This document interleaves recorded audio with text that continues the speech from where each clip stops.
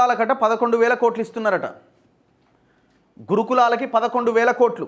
అంతర్జాతీయ విద్యా ప్రమాణాలతో 55 యంగ్ ఇండియా సమీకృత గురుకులాల ఏర్పాటు. ఉప ముఖ్యమంత్రి భట్టి విక్రమార్క. ఇప్పుడు నా పాయింట్ ఏంటంటే ఇప్పుడు ఉన్న వాటిలో కనీస సౌకర్యాల కోసం నాట్ ఓన్లీ గురుకులాలు, విద్య ఓన్లీ గురుకులాల్లోనే పిల్లలు చదవరు. ఇది ఆలోచించండి ఫస్ట్. ఓన్లీ గురుకులాల్లోనే పిల్లలు చదవరు. 90% అబోవ్ 95% వరకు పిల్లలు మొత్తం ఎక్కడ చదువుకుంటారు? తమ గ్రామంలో తమ మండలంలో ఉన్న స్కూళ్ళలో చదువుకుంటున్నారు. వాళ్ళ సంగతి ఏంది? వాళ్ళ సంగతి మీరు కొత్తగా కట్టేవి ఎప్పటి గురించో చెప్తున్నారు. మంచిదే నిర్ణయం, శభాష్, మేమేం తప్పబట్టట్లేదు దీన్ని.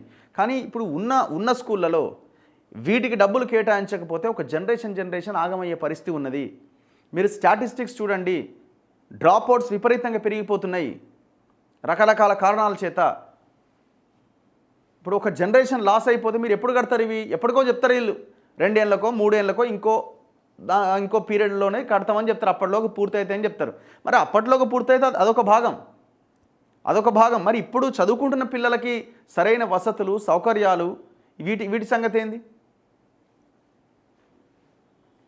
అంతర్జాతీయ విద్యా ప్రమాణాలతో రాష్ట్రంలో 55 యంగ్ ఇండియా సమీకృత గురుకులాలను 11,000 కోట్లతో ఏర్పాటు చేస్తూ విద్యాశాఖ ద్వారా రాష్ట్ర ప్రభుత్వం తాజాగా ఉత్తర్వులు జారీ చేసింది.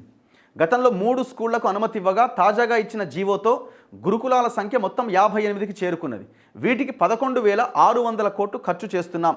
దేశ చరిత్రలో ఎక్కడా లేని విధంగా రాష్ట్రంలో అద్భుతమైన కార్యక్రమాన్ని చేపడుతున్నాం. హైదరాబాద్లోని మంత్రుల నివాస సముదాయంలో ఆదివారం మంత్రులు కోమటిరెడ్డి వెంకటరెడ్డి, పొంగులేటి శ్రీనివాసరెడ్డి ఉమ్మడి ఖమ్మం జిల్లా ప్రజాప్రతినిధులతో కలిసి విలేకరుల సమావేశం నిర్వహించారు. ఉప ముఖ్యమంత్రి మాట్లాడుతూ దేశంలో ఎక్కడా లేని విధంగా అంతర్జాతీయ నైపుణ్యాలతో సమీకృత గురుకులాలు ఏర్పాటు చేస్తున్నాం.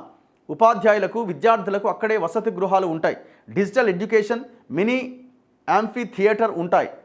అంతర్జాతీయ స్థాయిలో పోటీ పడే సిలబస్ ఉంటుంది. ప్రైవేట్లో ఫీజులు చెల్లించి చదవలేని వారికి ఈ స్కూళ్ళు ఎంతగానో ఉపయోగపడతాయి. సమాజానికి మేలు చేయాలి అన్న ఆలోచనతో మా పార్టీ అగ్రనేతలు రాహుల్ గాంధీ, మల్లికార్జున ఖర్గే మార్గనిర్దేశకత్వంలో విప్లవాత్మకమైన నిర్ణయాలు తీసుకుంటున్నాం.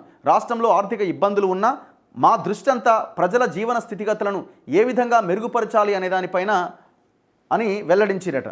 నాణ్యమైన విద్య అందిస్తాం. పాయింట్ అర్థం కాలేదుగో.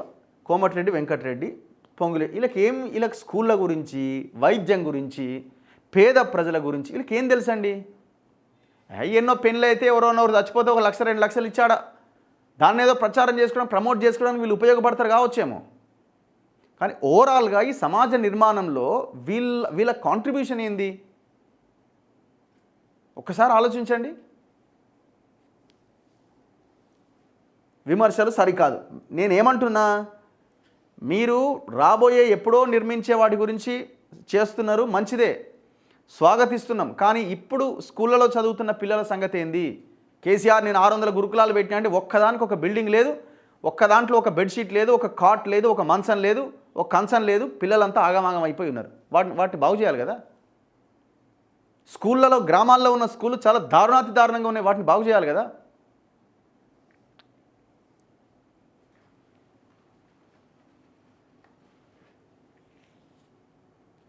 సకల సౌకర్యాలతో నిర్మాణం చేస్తాం. ఇది ఎప్పటికైతుంది? ఇది ఇప్పట్లో కాదు కదా.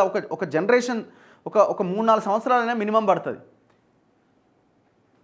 నిధులు విడుదలైన నియోజకవర్గాలట: మంథని, హుస్నాబాద్, ఆందోల్, వికారాబాద్, షాద్నగర్, కొల్లాపూర్, నల్గొండ, వరంగల్ తూర్పు, ములుగు, ఖమ్మం, పాలేరు, అచ్చంపేట, ఆర్మూరు, ఆసిఫాబాద్, బెల్లంపల్లి, భూపాలపల్లి, బోధన్, చాంద్రాయనగుట్ట, చెన్నూరు, చేవెళ్ల, చొప్పదండి, దేవరకద్ర, ధర్మపురి, డోర్నకల్, గద్వాల, స్టేషన్ ఘన్పూర్, జడ్చర్ల, జగిత్యాల, జుక్కల్, కల్వకుర్తి, కోదాడ, కొత్తగూడెం, మక్తల్, మానకొండూరు, మంచిర్యాల, మెదక్, మేడ్చల్, మునుగోడు, నాగార్జునసాగర్, నాగర్ కర్నూల్, నకరేకల్, నారాయణపేట్, నర్సంపేట, నిజామాబాద్ రూరల్, పరకాల, పెద్దపల్లి, పినపాక, రామగుండం, సత్తుపల్లి, తాండూరు, తుంగతుర్తి, వనపర్తి, వైరా, ఇల్లందు మొత్తం 55 స్కూళ్ళు నిర్మించబోతున్నారట 55 నియోజకవర్గాల్లో.